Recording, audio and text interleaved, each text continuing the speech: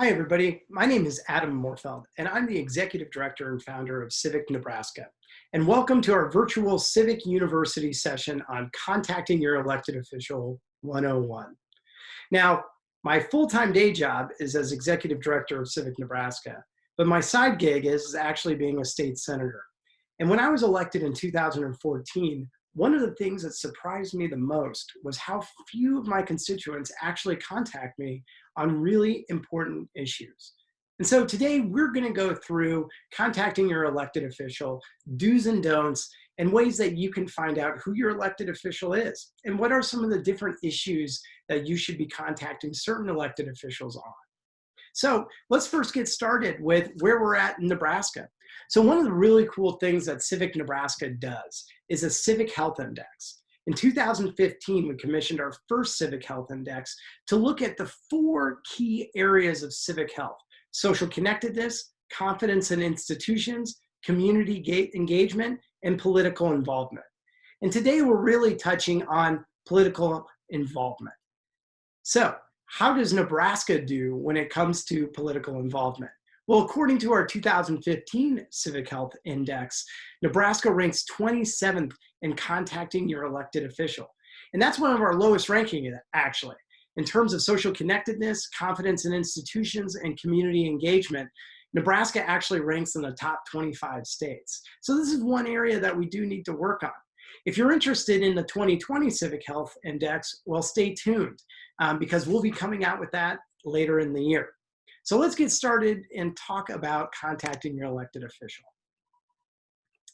So first, you have to identify the right elected official first. And this is a common mistake because federalism is messy. It's tough to know who exactly is in charge of what. So I always tell people there's plenty of issues that are certainly the purview of just one level of government, federal, state, or local. That being said, there's plenty of issues where it's all 3. Just think about roads, for example.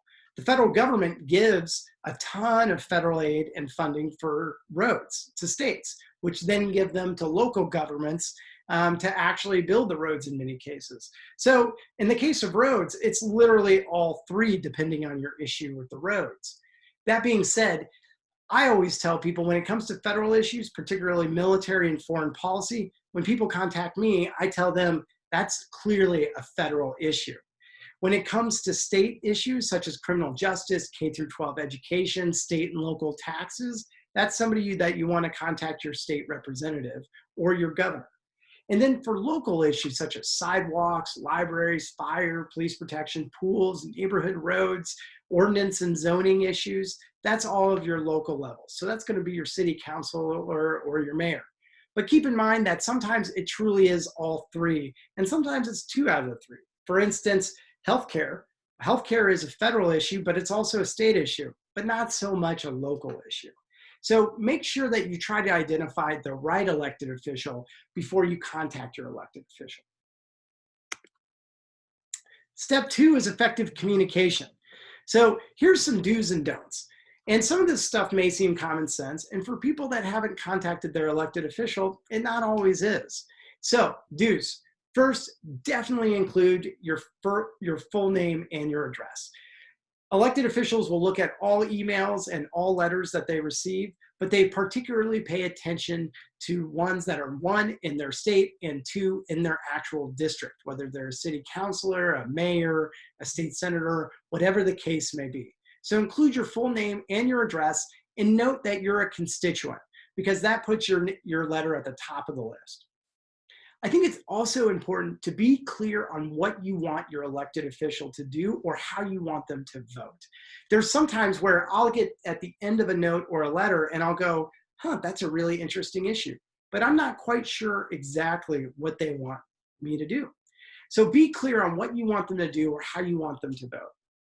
Also, I think it's really important that you share a brief example of the story of how the issue that you're talking about impacts you, your family, or somebody you care about or love. And this doesn't need to be several pages. In fact, if you can quickly explain in 1 paragraph how this issue is going to impact the person that you care about or yourself, that's more than enough. We'll get down to the don'ts on that in just a second. And then also be sure to ask them what they plan to do or how they plan to vote. Don't let your elected official get off by just reading your email and not answering how they're going to do whatever they're going to do to solve your problem or issue. Hold your elected officials accountable, but do it in a respectful way. Now for the don'ts. These are maybe even more important than the do's. First, don't write a 3 or 4 page email or letter. Most elected officials are all volunteer, unpaid. Many of them, it's only a part-time job. So oftentimes they don't have the time to read pages and pages of letters. Many will take the time. I know I try to take the time, but particularly when you're in the middle of legislative session or there's an important issue going across the county board or the city council, oftentimes time is very limited. So I always tell people the best constituent contact is, quite frankly, saying, this is my name, this is my issue that's important, please vote X, Y, or Z, or do X, Y, or Z. Here's how it will impact me in a paragraph or two. And then at the end, asking your elected official, what are they going to do to solve that issue or to vote a certain way? Don't use a mass email generator. I know we're all short on time, but oftentimes these go directly to junk mail, and sometimes we get so many of them we can't even read all of them. So just take just a few minutes. Literally a 3 or 4 minute email is much more effective than a mass generated email. Also, don't use all caps. It sounds like you're yelling at us, which you probably are, but it's not always the tone that you want to set, particularly when you're trying to convince your elected official of taking a certain action or doing something. And I said this before, but don't forget to ask them to do something specific or vote in a certain way or how they plan on addressing an issue. It's really important that we as constituents hold our elected officials accountable and understand our elected officials' positions. So here's some other resources. That was easy, right? First, Civic Nebraska, the Civic Nebraska Civic Health Index. You can go to civicnebraska.org. You can type in that long URL, but you can also just search in our search box, Civic Nebraska Civic Health Index. Also, Decoding the Ballot, it's a great resource. It just simply says on the ballot, the 2020 primary ballot, we'll have one for the general too, but it says exactly what each office does. Not sure what your natural resources district office does? That's great. Go and check out our Decoding the Ballot. It'll say what their responsibilities are, what they do, and how many of them that you can vote for. And then also, most importantly, for many of you, you're going to need to find out who your elected official is, because it's really tough. These district lines are not easy to remember.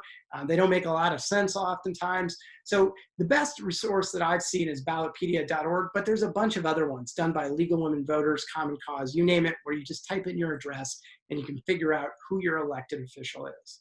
And finally, go out and contact your elected official. Be a part of our democracy and let your voice be heard.